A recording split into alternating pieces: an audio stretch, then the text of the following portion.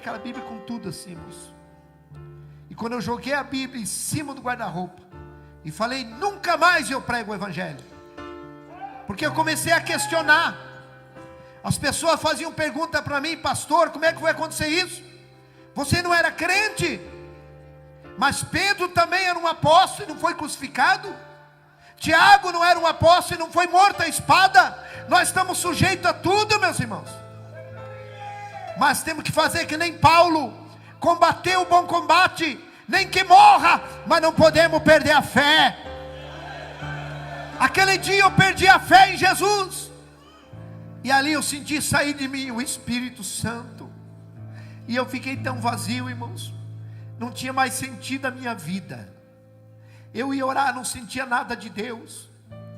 Eu ia, irmãos, muitas vezes jejuar, eu ficava entregando meu jejum, Jesus recebe meu jejum, e eu senti que Deus não recebia, e eu comecei a me afastar da igreja, e eu comecei a ficar em casa, entreguei a igreja, e eu comecei a fugir dos irmãos, fiquei sem santa ceia, e ali, irmãos, eu comecei, vendo ir no culto, eu ficava em casa assistindo novela, vendo filme, para preencher aquele vazio.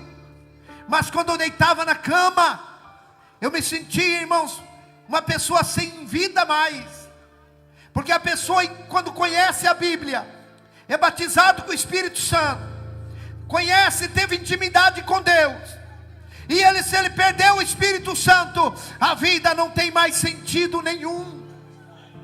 A minha vida era uma vida sem graça. Eu lembro quantas vezes os irmãos chegavam lá em casa, meus filhos estavam no colégio, e eu chorando dentro de casa, e os irmãos chegavam lá, batiam palma, e eu com a casa fechada. Pastor Valmir, o carro dele está aqui. Eu tinha voltado a trabalhar, irmãos, comprado outro carro. O carro dele está aqui. Ô irmão Valmir, pastor. E eu lá, irmão, não quero ver eles, porque, irmãos, a pessoa quando está distante de Deus, ele não quer ouvir falar que Jesus vai vir, ele tem medo de morrer.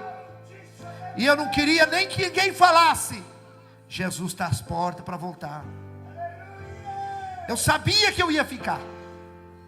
E depois de 9 meses e 3 dias do primeiro acidente, dia 10 de maio, irmãos, de 2002, nós estava tocando uma obra, o pastor lembra, Bingo, Palácio 60. Ele não me conhecia. Foi esses dias que eu dando entrevista no rádio, que o pastor ficou sabendo que era eu, aqui no púlpito, que ele ficou sabendo que era eu, o funcionário que tinha se acidentado. Dia 10 de maio de 2002, eu saindo de casa, Deus falou comigo ainda, irmãos. Por isso que Deus sempre avisa. Essa palavra, quando ouvir a voz do Senhor, não endureça o coração. Irmãos, eu fui até a garagem, eu chorei, porque Deus falou comigo, não vá trabalhar hoje. Eu fui até o carro, voltei até o carro, mas eu tinha 4 funcionários, e nós éramos 2 responsáveis por 52 funcionários. E ali, irmãos, eu falei, eu não posso, eu tenho que ir. E eu peguei meu carro e fui. Quando eu cheguei na obra, tinha um obreiro, que era um funcionário meu, o irmão Rubens. Esse irmão Rubens, ele era crente, dirigente de igreja. E ele veio e me abraçou e disse assim, pastor Valmir, volte para a igreja. Jesus está voltando, nós somos mortal, pastor. E eu falei ainda para ele, onde é que você vai pregar hoje? Ele falou, eu vou pregar na minha igreja. Ele dirigia uma igreja lá em Contenda. Eu falei, então hoje eu vou lá. Vou lá na tua igreja hoje, pegar o carro, os piá e vou lá. E vou reconciliar. Ele disse, então vai lá hoje. Mas para ele parar de falar. Eu não ia. Eu só falei aquilo só para ele parar de falar que Jesus ia vir. Irmãos, 11h30 da manhã, eu subi para ajudar em cima do telhado, para ajudar, irmãos, os carpinteiros a cobrir ali aquele barracão. E ali, irmãos, eu ajudando um servente a levar uma telha. Eu não sei se não foi o diabo, irmãos, que fez aquilo. Ele numa ponta da telha, eu levando na outra, e deu um vento tão forte, que me desequilibrou. Eu estava sem cinto, não tinha cinto para mim, e aí eu desequilibrei em cima daquela tábua, E eu me obriguei a pisar na telha, essas telhas de 6 milímetros. E quando eu pisei na telha, a telha furou, ela quebrou. Quando afundou minha perna, eu gritei: meu Deus, eu vou morrer e eu estou desviado. Porque eu sabia aonde eu ia cair. Ou era ferro de ponta, ou era essas pedras de calçamento paralelepípedo. Porque ali era um estacionamento. Nós ia fazendo os barracões, ia tirando as pedras e jogando em cima do concreto. E quando afundou minha perna, eu tentei me agarrar, não foi quebrando, eu vim 8,70 metros a 9 metros de altura. Eu caí, irmãos, de cabeça em cima daquele monte de pedra. Ainda eu levei as minhas mãos. Esse braço, irmão, é tudo platina. Ele ficou mais curto. Olha o tanto que ele é mais curto. Esse aqui também, irmãos, tem pino e platina. O meu joelho esquerdo, eu não tenho patela, é um pedacinho de ferro e pino. Pela medicina eu não podia andar. Eu mexo com a minha perna assim, estrala pino com pino. E eu caí e bati minha cabeça em cima daquelas pedras. Quebrou todo o meu crânio, irmãos. Deu traumatismo craniano. E ali quando eu caí no chão, ainda agonizando, eu tentei reconciliar. Já entrei em coma. E quando eu entrei em coma, que apagou tudo, eu comecei a ver uma neblina branca. Eu já estava morto ali. Eu vi uma neblina branca e comecei, eu falei: meu Deus, o que aconteceu comigo? Aí eu vi, irmãos, a morte vindo. Ela é idêntica a essas lesmas que tem na parede do banheiro, só que ela era do tamanho de um caminhão. Ela vinha voando assim, e eu já deduzi: a morte. E eu gritei: morte não, eu não posso morrer, eu estou desviado. E ela veio e me engoliu. Quando ela me engoliu, irmão, eu saí do meu corpo. Eu saí do meu corpo, eu já estava só o espírito. E eu fiquei uns 4, 5 metros de altura. E eu vi o meu corpo caído no chão. Eu vi esse irmão Rubens que falou para mim, me acudindo ali, me socorrendo. E eu disse assim: irmão Rubens, me ajude a voltar para o meu corpo. Eu saí do meu corpo. Vida após a morte é tão normal, tão real como essa aqui, irmãos. A gente vê, é normal, é natural assim, é real igual aqui, ó. Você, irmãos, quando a gente morre, a gente vê o nosso corpo no chão, igual você vê a tua roupa, teu calçado. Eu dizia: meu Deus, eu saí do meu corpo. Olha lá meu corpo, é ele. Irmão Rubem, eu quero voltar, me ajude. Mas ele não me escutava, porque nós não conseguimos escutar a voz de espírito. Eu tinha saído do meu corpo. Para tudo tem um jeito, mas para a morte não há jeito a não ser Jesus, irmãos.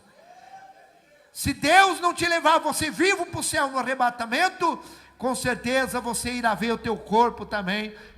Aleluia. E ali, irmãos, eu estava no ar, sem domínio, não sabia para onde ir. E eu gritava: meu Deus, me ajuda eu voltar para o meu corpo. Eu vou voltar para a igreja. De repente eu vi, irmãos, uma gargalhada, aquela risada debochada, aquela gargalhada debochada. E eu olhei assim, eu vi 2 demônios me olhando. Terrível, irmãos.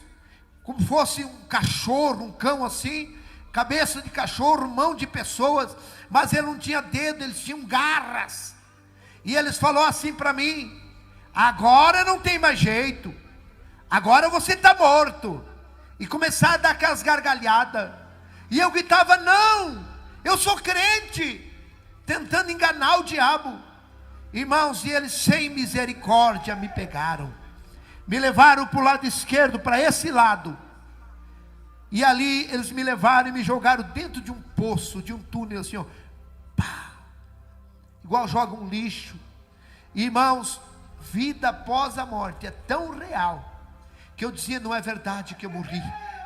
Eu vou me acordar, é um sonho, é um pesadelo. E quando eu acordar desse pesadelo, eu vou voltar para a igreja. Mas eu abria meu olho, eu via, irmãos, a boca daquele poço, daquele túnel, ficando para cima e eu caindo. E eu gritava: pai, solte uma corda, Eu gritava para os meus filhos: solte uma corda, meus filhos, o pai caiu num buraco, solte uma corda, pelo amor de Deus. Irmãos, vida após a morte, ela é real. Irmãos, e eu dizia: meu Deus, eu estou indo para o inferno, a minha esposa está no céu porque eu desviei. Irmãos, enquanto nós estamos vivos, nós muitas vezes defendemos nossos erros, nós mesmo, até mesmo escondemos as coisas, negamos. Mas quando a pessoa morre, a gente fala o que está na consciência. E ali eu começava a dizer, falar minhas falhas, porque eu desviei, porque o desviado do evangelho, irmãos, é a partir do momento que ele decide: não vou mais na igreja, não vou mais tomar ceia, não vou mais pregar o evangelho. É a tua decisão de ontem, é o que você é hoje, e a tua decisão de hoje é o que nós seremos amanhã. Que a tua decisão seja servir a Deus, que a tua decisão seja não sair fora dos caminhos do Senhor. E ali, irmãos, eu sem mais nenhuma esperança, porque a coisa mais triste é o desprezo. Se sabe que a coisa mais triste da vida da pessoa é o desprezo. E uma pessoa que morre sem salvação, ele se sente o pior lixo, melhor nem ter nascido, porque ele grita, ninguém responde. Quantas pessoas que estão lá no abismo, e eles estão gritando talvez até para o meu nome, para o teu nome, e nós não estamos nem aí. Irmãos, não tem como socorrer uma pessoa que está lá no abismo. E eu caindo, de repente sumiu, foi ficando escuro, e eu fui entrando numa escuridão terrível, e eu gritando, mas não era um poço pequeno, irmãos, era maior que essa igreja, era enorme, e muitas pessoas caíam também gritando comigo, e eu comecei a ouvir gritos aterrorizantes, que vinha lá de baixo, de milhares de pessoas. Não era grito de ai. Eu já ajudei a cuidar pessoas, irmãos, em fase terminal de câncer, e irmãos, só o gemido das pessoas, você não consegue comer, você não consegue ter paz. Quem já ajudou a cuidar pessoas assim? Você sabe o que eu estou falando. Aquele ai, ai, não tem como você nem comer. Mas lá no inferno não é esse grito, é grito de ânsia aterrorizante. E não é de uma pessoa, é milhares gritando: água, socorro. Gritos, irmãos, que se as pessoas que estão paradas, que não estão mais servindo a Deus, pessoas que ainda não aceitaram, se escutasse os gritos das pessoas que estão lá vivas no inferno, com certeza todos eles reconciliavam. E eu fui chegando aonde eles estavam, e eu comecei a sentir um calor terrível. Se você queimar um dedo, você protege o dedo, mas se você entrar em corpo inteiro no fogo, não tem aonde se proteger. E eu entrei, irmãos, dentro daquele fogo terrível. Eu cheguei aonde estavam aquelas pessoas, e quando eu cheguei aonde eles estavam, eu comecei a gritar que nem eles, gritos aterrorizantes. E eu dizia: eu estou no inferno, e daqui nunca mais eu vou sair. E eu gritava por água: socorro, me ajude. Irmãos, tem horas, momentos assim, eu não sei quantas horas eu fiquei no inferno. Lá a pessoa sente sede, sente dor. Se tirar uma pessoa lá do inferno e acalmar a dor dele, e perguntar: onde é que você morava? Eu morava na rua tal, telefone tal. Ele sabe tudo. Ele vai com a sua consciência junto. Ele está sabendo de tudo. Irmãos, eu estava lá, no meio daquele fogo, gritando. E tem momentos que aqueles demônios, eles dão gritos, gritos aterrorizantes, irmãos. No inferno, o inferno é um salão embaixo da terra. Tem como fosse uma botija, um túnel que desce, e embaixo da terra aquele enorme salão. E lá está cheio de pessoas, homens, mulheres, jovens, gritos E irmãos, tem horas assim que aqueles demônios dão um grito aterrorizante e começa como um redemoinho, e o fogo acende mais, e começa aqueles gritos de fogo, irmão, como aquele redemoinho faz um grito terrível. O vento começa a e começa grito, aquele povo desesperado gritando, e aumenta a caloria, que não tem suporte, não tem como suportar, e aqueles demônios torturando as pessoas lá. Irmãos, tem coisas que eu não conto, o que aquelas pessoas estão passando lá. Foi uma luta tão grande, irmãos, para mim conseguir contar esse testemunho. A primeira pessoa que eu consegui contar, irmãos, foi meu cabeleireiro, Josemar Piascoski, lá do Tranto São Marcos. Um dia estava chovendo, fui cortar meu cabelo, e foi Deus. E ele começou: pastor, mas você não morreu? E ele começou assim, parecia que ele sabia. E eu comecei a contar para ele. Eu falei: você não conta para ninguém? Não, não conto. Eu falei: porque eu tenho medo de contar. Eu não gosto de contar, eu tenho medo. Porque o meu maior medo, irmãos, é eu voltar para lá. Hoje eu faço a obra de Deus. Eu tenho dificuldade para dirigir. Eu tenho dificuldade de dobrar os joelhos. E eu fico horas de joelho orando e pedindo para Deus me livrar minha família, livrar você. Que Deus abra a tua mente, que você possa entender que o inferno é real. Eu não fui para o inferno querendo ir. Eu achei que eu não ia, porque eu tinha parado. Meu irmão, talvez você achando assim, que por mínimas coisas você não vai para o abismo. Conserta a tua vida, volta para Jesus. Volta enquanto é cedo. Porque, irmãos, como diz no livro de Tiago, capítulo 4, e versículo 13, um dia de madrugada eu achei esse versículo, e diz assim, ó: eis aí agora você, pode ler lá em Tiago 4,13, que diz: hoje ou amanhã irei para tal cidade, e ali passarei um ano, negociaremos e teremos muito lucro. E diz assim, ó: e você não sabe que a vossa vida é apenas um vapor, uma neblina, que aparece e logo desaparece. Hoje eu estou aqui vivo, amanhã não sei. Hoje você está ouvindo um testemunho real. O inferno existe, o céu existe. O diabo, ele quer nos enganar. O diabo não quer que ninguém pense que o inferno existe. Ele quer fazer nós esquecer. Ele quer que nós pense só em trabalhar, em sonhos e correr atrás do dinheiro.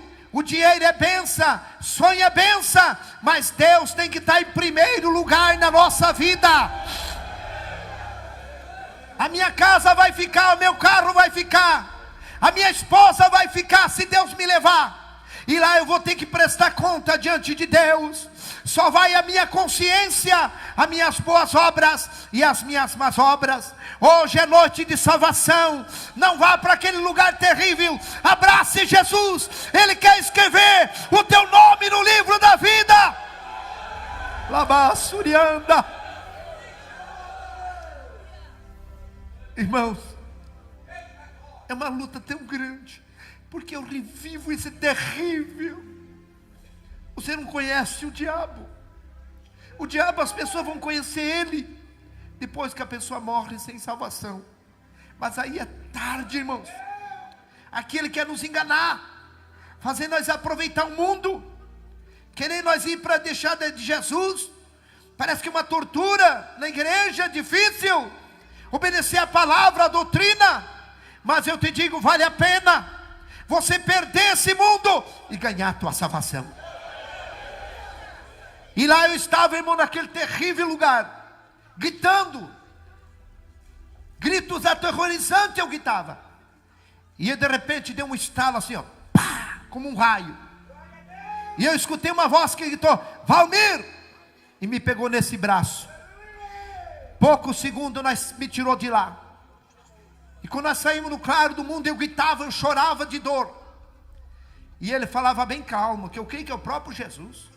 Não chore. Eu dizia: Senhor, eu estou tudo queimado. E ele: deu um sopro, aliviou. E ele disse: vamos lá na terra, eu vou mostrar o meu caminho para você. Nós viemos, eu conhecia a cidade. Ele me levava assim voando.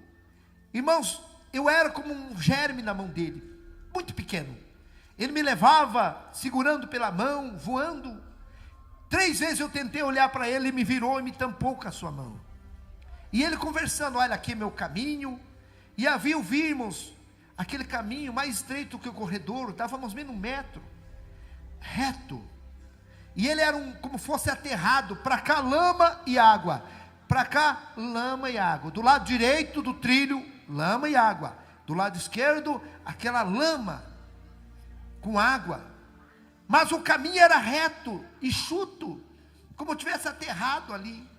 E ele disse: esse é meu caminho, quem for até o fim terá vida eterna. Eu vi um irmão vindo com a Bíblia, e ele passou por nós, angustiado, caminhando rápido, com aquela Bíblia abraçado. E o Senhor falou: está vendo meu filho?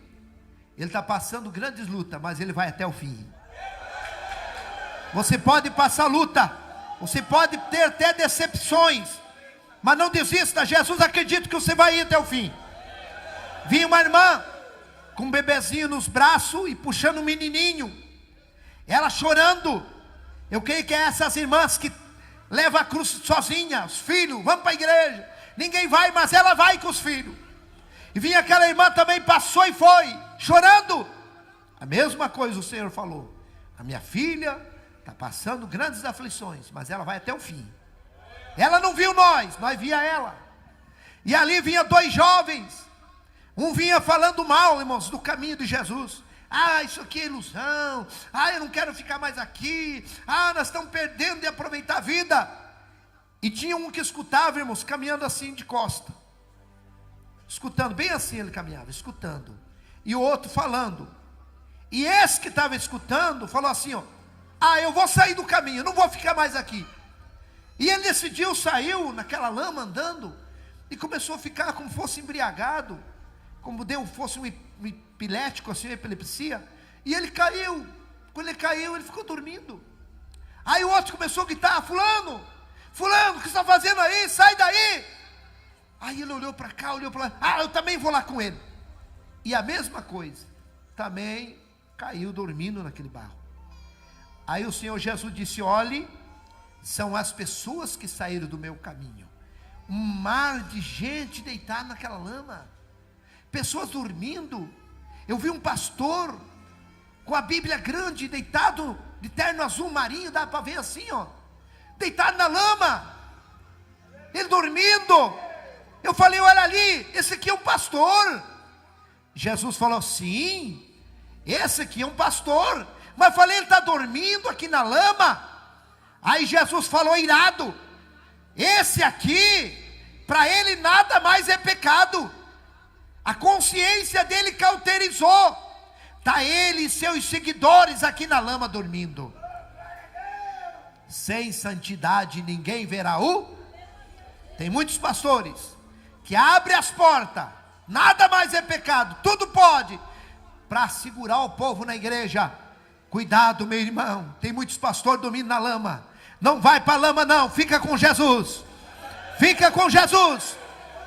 Do lado direito estavam todos eles dormindo, e eu entendi uma coisa. E do lado esquerdo estavam eles conscientes, acordados, mas na lama. Existem 2 tipos de pessoas na igreja, irmão: fracassado, desviado. Tem um que sai da igreja e fica bom para ele, e tem outro que ele quer voltar e não consegue. Do lado esquerdo tinha um moço, assim de 4 pés, como diz, com as mãos pichadas para frente, naquela lama. E ele gritava: eu quero voltar 50 centímetros, para voltar, irmãos, do caminho.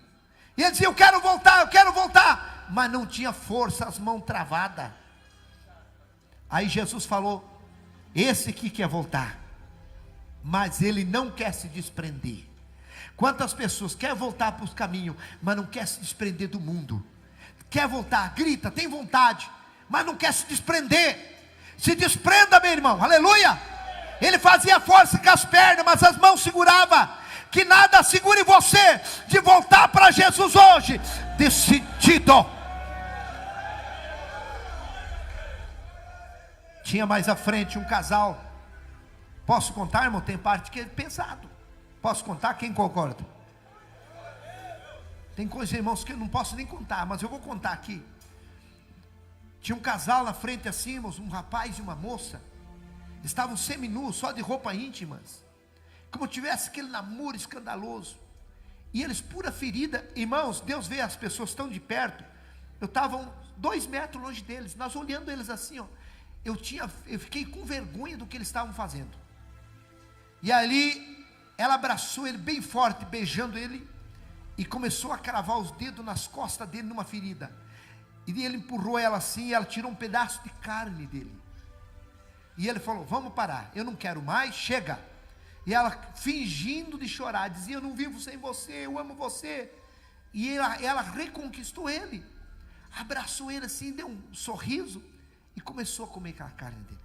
Eu falei, meu Deus, olha o que essa moça está fazendo. Jesus falou, essa aqui não é a mulher dele. Eles estão em adultério. Chama, irmãos, aquelas feridas é a chaga do adultério. Quem entendeu, diga amém. Eu vou contar, como diz, pular um pedaço do meu testemunho. Vou abreviar. Jesus me pôs de volta no caminho e disse assim, vai filho. Eu comecei a chorar e disse, não me solte, não, eu não quero voltar para aquele lugar. Aí Jesus me pegou pelos 2 braços e firmou e falou assim, ó, firma tuas pernas. Aí eu tive força. Ele estendeu o braço e eu comecei a andar, acompanhando o braço dele, chorando. Eu desse tamanhinho, acompanhando aquele braço grande, aquele guarda-pó branco, aquela manga comprida. E eu tenho certeza, irmãos, que até hoje, se eu estou em pé andando, porque é a mão de Deus que tem me segurado. Quando eu vi, estava dentro da UTI, olhando onde estava meu corpo, e eu vi meu corpo, e eu como uma sombra, voltei para o meu corpo. Mas irmãos, quando eu voltei, irmãos, o dia que eles iam tirar os aparelhos, e me sepultar, doutor Marcos, se ele for vivo, que Deus abençoe ele, pegou uma seringa e começou a furar meu pé, e eu mexi o pé, ele disse, não, o rapaz está sentindo dor, ele não está morto não, ele está consciente. Foi o dia que voltei para o meu corpo. Irmãos, no outro dia eu saí de coma. Aí eles chamaram minha família, meu pai, disseram, olha, ele está consciente, ele saiu de coma, mas ele tem 3 coágulos, lado esquerdo paralisado, crânio quebrado, vai ter que fazer uma cirurgia muito perigosa, o senhor tem que assinar, autorizando, dificilmente ele escapar. Doutor chamou, o cirurgião chamou meu pai, lá no hospital, irmãos, evangélico, chamou meu pai de um lado e disse assim, não deixe operar teu filho, ele vai ser um conhecimento do corpo humano para os universitários, ele não tem chance. Meu pai falou, doutor, o que eu faço? Vai para casa, pede um tempo, e volta daqui uns 15 dias, talvez ele esteja até respirando sozinho, assine um termo e leve ele para casa, leve alguém orar por ele, se ele morrer, vai morrer junto com os filhos. Dali 12 dias meu pai voltou lá, irmãos, eu já estava respirando sozinho, mas eu não sentia nada do meu corpo, eu não sentia a minha língua, eu não sentia o lado esquerdo, parecia que eu tinha me cerrado, eu não sentia nada. Meu pai assinou um termo, levou para casa. No 5º dia, irmãos, que eu estava em casa, morrendo novamente, eles batiam no liquidificador, ali o alimento, abria minha boca com um cabo de colher, engole pai, engole, eu não conseguia, eu não sentia comida na minha boca, eu estava, irmãos, eu chorava de fome e sede, eu começava a gritar, eles iam lá, irmãos, diziam, pai, o senhor está com fome? Fique quieto. Eu continuava gritando, pai, o senhor quer ir no banheiro? Fique quieto, pare de gritar. Eu continuava gritando, o senhor está com dor? Continue gritando. Eu continuava, eles me davam 80, 70 gotas de pirona, e eu desmaiava. No 5º dia, irmãos, eu estava morrendo, entrando dentro de um freezer gerado, já estava até aqui, e eu gritei muito fraco, meus filhos não escutaram, e de repente eu vi os passos de uma pessoa que entrou, no meu quarto, entrou aquela luz forte, Foi o próprio Jesus que veio de novo me dar vida. E quando ele veio a par da minha cama, eu entendi, é Jesus que está aqui. E eu falei: Senhor, se o Senhor me der vida, eu vou levar a tua palavra onde o Senhor me mandar. E ele me deu um sopro, e eu comecei a sentir a minha língua, a sentir meu corpo. E eu comecei a gritar. Meu pai veio lá, e aí eles trouxeram o alimento batido no liquidificador, eu consegui engolir. Irmãos, dali 17 dias, eu comecei a andar sem muleta, para a glória de Deus. Estou aqui vivo, falando que Jesus vivo. Jesus está vivo, igreja. Ele cura. Não existe nada difícil para Deus. Que Deus te abençoe. Hoje Deus restaurou minha vida. Deus me deu uma outra esposa abençoada, está aqui. Depois de 3 anos de viúvo, me casei. Deus me deu um Misael. Irmãos, a maioria da minha família não vem. Pai, o senhor vai contar o testemunho? Vou. Então não vou, pai. Então fica em casa. Eu não gosto de ouvir, pai, porque eles sabem, eles me acompanharam. Aleluia. Daí minha esposa veio para me ajudar. É tão difícil. Meu irmão, em nome de Jesus Cristo, você que está parado, volte. Talvez, irmãos, eu saí para trabalhar 11h30 da manhã, eu estava morto. Talvez seja o último culto teu. Talvez seja o último testemunho, que Deus não deixou você morrer, para você ouvir e saber que o inferno existe, e que Jesus quer te salvar, que Jesus quer te perdoar. Talvez o diabo tenha falado que você não tem perdão. É o diabo que fala na mente, porque na nossa mente é um campo de guerra. Aqui dentro ele trabalha, ele luta, mas também Deus trabalha e Deus luta. O diabo luta com a incredulidade, e Deus luta para nós crer, porque tudo é possível aquele que nele crê. Eu quero orar para Jesus curar. Aqui tem uma pessoa que tem um câncer no estômago, e Jesus vai te curar hoje. Aqui tem uma pessoa que tem um tumor no rim, eu vou orar e Jesus vai te curar. Aqui tem a irmã, inclusive a irmã Lúcia, lá do Venzópolis, está aqui, ó. Ela está aí. Fica em pé aí, irmã Lúcia. Cadê a irmã Lúcia? Está lá, ó. Ela é testemunha. Esse dia foi uma mulher, quinta-feira à tarde, com 16 nódulos no seio. E Jesus curou ela, chegou em casa, ela não tinha mais nenhum, para a glória de Deus. E esse mesmo Jesus curou aquela irmã católica. Ele vai te curar hoje. Ele vai alcançar o teu filho. Eu quero fazer uma oração para Deus libertar o teu filho. Eu quero fazer uma oração para Deus restaurar teu casamento.